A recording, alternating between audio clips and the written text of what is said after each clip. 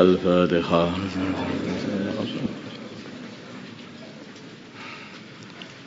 Bismillahirrahmanirrahim. Keputusan Fasal Masail Senin 20 Sya'ban 1444 Hijriah 13 Maret 2023 Masehi. Masalah istri yang tidak mau pindah rumah ikut suami atau pindah tempat ikut suami.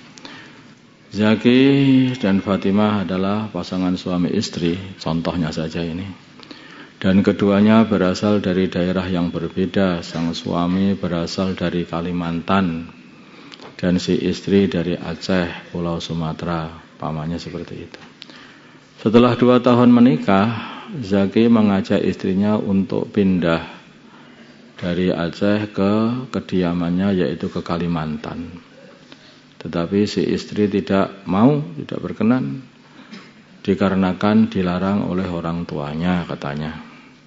Pertanyaannya, apakah perbuatan Fatimah menolak untuk pindah bersama suaminya ke tempatnya suaminya ke Kalimantan itu dianggap nusyuz sehingga sudah tidak berhak untuk dinafkahi? Jawabnya adalah iya, katanya. Fatimah dianggap nusyuz tetapi dengan syarat-syaratnya, atau ini saya, tetapi dengan beberapa keadaan, katanya, dengan beberapa keadaan atau beberapa syarat, yaitu suami sudah melunasi mahar. Kalau belum melunasi mahar ya enggak nusyuz. Terus perjalanan ke tujuan adalah aman. Perjalanan ke tujuan adalah aman. Yang kedua, rumah dan kampung yang dituju aman juga dan layak bagi si istri. Contohnya bukan tempat yang terkena wabah penyakit. Terus juga rumah yang dituju, yang di Kalimantan itu, yang dalam deskripsi di atas, sudah dilengkapi dengan fasilitas ini, dengan syarat sudah dilengkapi dengan fasilitas yang memadai, yang layak bagi istri. Nah, di sana ternyata itu tidak ada rumahnya, hanya gubuk begitu saja. Tuh, kamu lagi apa ini? Ya bangun sendiri, mujahadah lah. Ini ya keliwang ya. Lingkungan yang dituju bukanlah tempat yang dapat menyebabkan rusaknya agama si istri. Pokoknya di situ itu lingkungannya orang-orang nakal, LGBT atau apa itu. Nah, ini harus diperhatikan juga, atau mungkin tidak ada suasana agama rusak.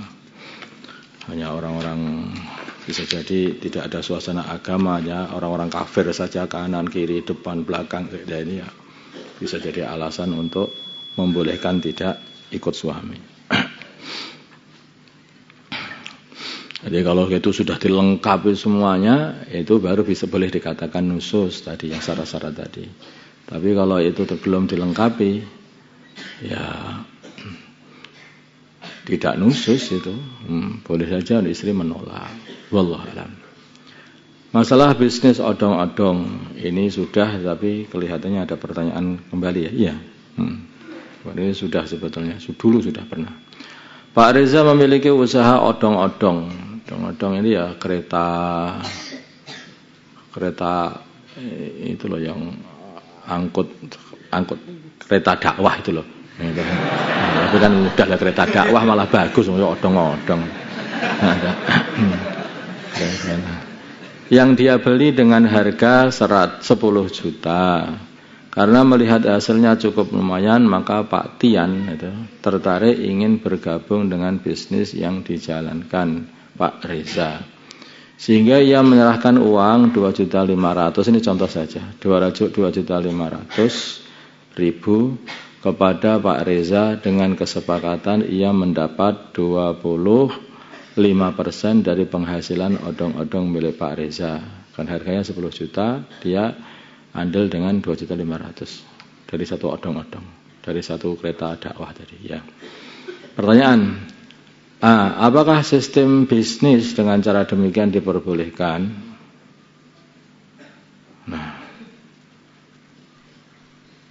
Jawab, tidak diperbolehkan jika dengan akad qirad. Karena syarat akad qirad, hutang ya, adalah dengan tijarah atau jual beli. Ini qirad. Kemudian jika tidak boleh, bagaimana solusinya? Yaitu dengan cara akad jual beli saja. Yaitu Pak Tian membeli sebagian odong-odong milik Pak Reza, gitu loh, milik Pak Reza senilai 2.500.000, kemudian odong-odong dikelola dan hasilnya dibagi sesuai kepemilikan, yaitu Pak Reza memiliki odong-odong itu 75%-nya, Pak Tian 25%-nya, sehingga hasilnya begitu juga. 75% untuk Pak Reza dan 25% untuk Pak Tian. Adapun kerjanya Pak Reza lah dianggap sebagai tabarruk saja, gitu saja. Ini solusi, paham? Tidak usah diangkat itu, malah enak yang seperti itu.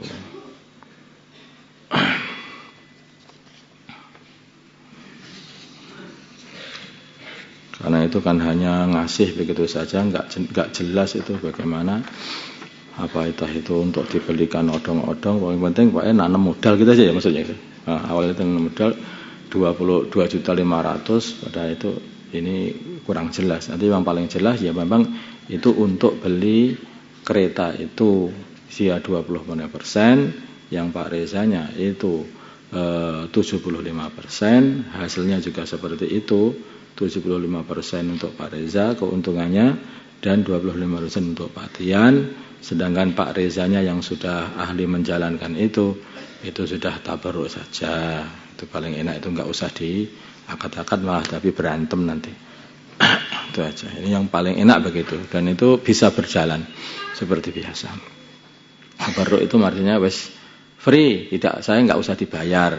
Urusan kerja saya enggak usah dibayar, tapi urusan penghasilan dibagi, gitu loh maksudnya. Kalau saya itu Pak Reza, urusan kerja saya itu menjalankan dan ngurusi kereta itu jalan pulang itu enggak usah dibayar, tapi urusan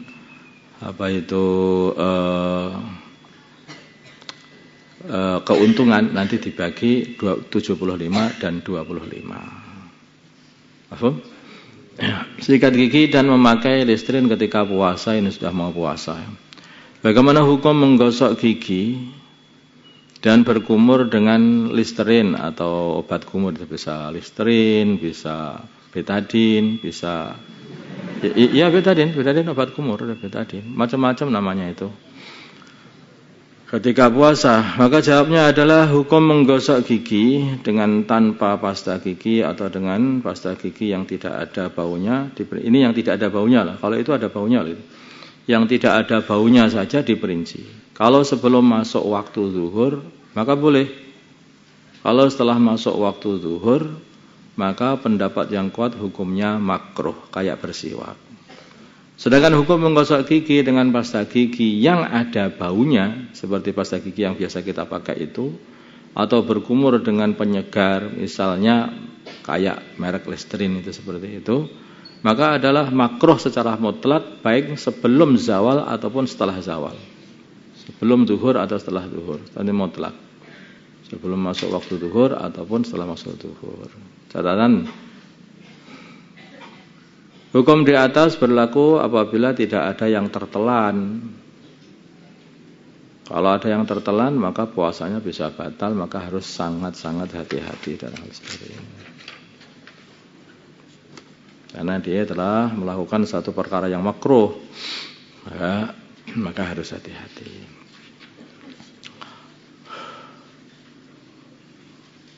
Sholat fardu di atas kursi. Nah, ini sangat banyak terjadi ini. Masalah sholat fardu di atas kursi. Fardu loh ya ini. Pertanyaan, bagaimana hukum seorang yang sholat fardu? Sholat fardu itu sholat 5 waktu itu loh. Di atas kursi yang mana rukuk dan sujudnya dia lakukan di atas kursi hanya dengan menundukkan badan. Isyarah dengan menundukkan badan saja. Jadi nggak gini sedikit-sedikit. Padahal dia mampu untuk berdiri, duduk dan sujud di lantai sebetulnya. Nah ini Ini banyak kita lihat orang-orang itu bisa jalan, bisa jagongan, bisa duduk di bawah, tapi begitu sholat ambil kursi. Padahal sholat fardu. Nah ini jadi masalah di sini. Jawabnya adalah sholatnya tidak sah. Sholat seperti itu tidak sah, baik sholat fardu maupun sholat sunnah. Wong dia mampu. Karena berdiri, maksudnya tidak, karena masalahnya dia itu bisa sujud, tidak sujud. Maka sholat sunnah pun juga tidak boleh, tidak sah. Karena berdiri, rukuk dan sujud adalah termasuk rukun sholat sehingga harus ditunaikan semuanya sebagaimana aturan semestinya. Adapun bagi orang yang masih mampu berdiri, ini untuk sholat fardu ya. Adapun bagi orang yang masih mampu berdiri untuk sholat fardu, tetapi dia tidak mampu sujud, tidak mampu sujud, mungkin disebabkan ada suatu penyakit yang di kakinya, sehingga kakinya tidak bisa dilipat umpamanya itu, maka dia wajib berdiri. Tapi masih bisa berdiri, ya berdiri. Nah, jadi berdiri, kemudian dia nanti kalau nggak bisa duduk di bawah itu, baru duduk di kursi, dia isyarah untuk rukuk dan sujud. Tapi kalau dia masih bisa berdiri, kemudian bisa rukuk, sujudnya nggak bisa, ya sujudnya itu yang dikasih rukhsah di sujudnya itu. Duduk, baru sujudnya isyarah, nggak bisa. Kalau bisa semuanya, lah kenapa kok duduk ini? Nah, kan ya lucu kan. Maka dia wajib berdiri dalam sholat fardu. Rukuk dan itidal dengan sempurna. Lalu sujudnya cukup dengan isyarah. Kalau nggak bisa sujud saja, isyarah membungkukkan badan saja. Yakni seperti rukuk.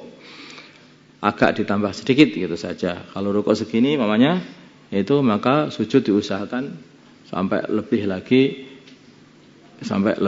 melebihi isyarah rukuknya, biar berbeda. Dan bagi yang tidak mampu berdiri, maka dia boleh sholat dengan duduk.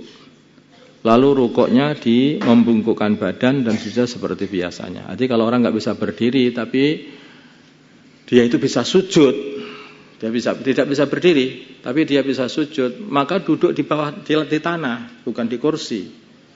Duduk di bawah tanah, di tanah. Kemudian isyarah dengan rukuk, usahakan kalau wajah itu sampai di depannya lutut ya. Tuh, sampai wajah di depan lutut, kemudian baru sujud. Lah berdirinya yang enggak bisa itu diganti dengan duduk. Rukuknya yang enggak bisa sempurna diganti dengan menunduk, tapi wajahnya usahakan sampai di depannya lutut. Itu seperti itu kalau dia enggak bisa berdiri. Jadi kalau dia bisa berdiri, wajib berdiri. Makanya kalau ini harus betul-betul dicermati ini. Ini yang mungkin pengen sholat dengan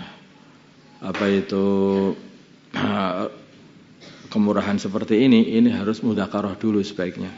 Biar diajari yang benar, biar sholatnya sah. Karena urusan sholat itu enggak ada kemurahan. Meninggalkan sholat enggak ada kemurahan dalam Islam. Betul. Makanya dalam perang pun itu orang Islam itu tetap sholat. Nggak ada. Lah aku ini sudah mau mati, masih ngomong aja tentang sholat gitu loh. Orang masih mau mati, kalau sudah mau sholat, walau masih bisa sholat, ya sholat nggak tahu isyarah atau apa nggak tahu. Misalnya isyarah tetap sholat saja. Nah, nggak ada sholat itu kok terus. Nah, aku pilek kok sekarang itu nggak sholat sekarang, nggak ada yang seperti itu. Kecuali haid. Ya, siapa yang pengen haid silahkan aja. Kalau laki-laki nggak sholat namanya haid aja. Itu udah maniknya ya, seperti itu. Paham ya, insyaallah. Ini yang sakit-sakit apa itu perlu mudzakarah atau mungkin perlu mudzakarah sama ustadz masalah ini biar diajari, biar ditafakus juga. Yang tidak mampu kamu apanya? Apa berdirinya kah, apa rukuknya kah, apa sujudnya kah, nanti bagaimana cara mengerjakan sholat itu hendaknya minta mudzakarah sama ustadz-ustadz, anak-anak dari ustadz-ustadz dari Darul Ifta atau mungkin ustadz-ustadz dari kelas Minhaj, itu insyaallah juga sudah bisa memberi mudzakarah seperti ini. Insyaallah ya. Jangan ngawur, ini masalah penting, ini masalah sholat ini. اللهم صل على سيدنا محمد وعلى سيدنا محمد وما صليت على سيدنا إبراهيم وعلى آل سيدنا إبراهيم وبارك على سيدنا محمد وعلى سيدنا محمد وبارك على سيدنا إبراهيم. اللهم ارحم مدى سيدنا محمد، اللهم كل مدى سيدنا محمد، اللهم أصلح مدى سيدنا محمد، اللهم آلف بين قلوبهم مدى سيدنا محمد، اللهم انصر مدى سيدنا محمد، اللهم أعز سلطان النصيرة. صلى الله على سيدنا محمد النبي الأمي وعلى آله وصحبه وسلم والحمد لله رب العالمين.